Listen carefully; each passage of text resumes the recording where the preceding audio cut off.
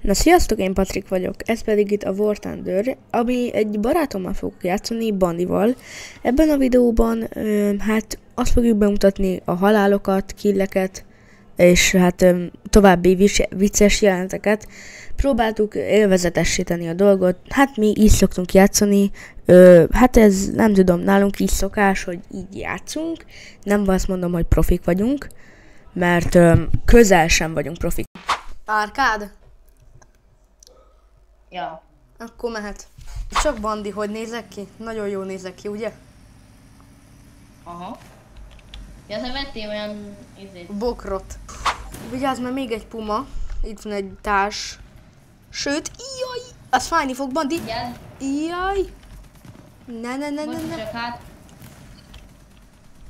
Oké. Vigyázz, Modern 3.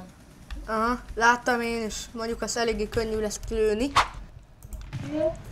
Kilőttem a izét, a Marder 3-at. Jó, a Marder 3-tól már nem kell félni. Bandi. Jó, én meghaltam. Kettő nálam. Engem a Zrínyi az kinyír, de vissza tudok még jönni. Kigyújt. Jó, most az nem lő. Nem, már elfelejtettem. Jó, megöltem. Ő már nincs közöttünk. Viszlát. Én is halt. Oké.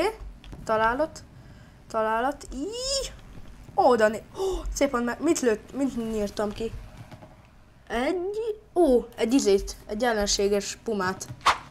Sajnálom, hogy ilyen rövid lett ez a videó, de hát nem tudok mit tenni, mivel Bandival úgy döntöttünk, hogy átváltunk a franciákra. Hát a legrosszabb döntés volt, amit tehettünk volna, csak úgy unblock, tehát Bandinak jött egy killje, nekem egy darab se, tehát ennyi.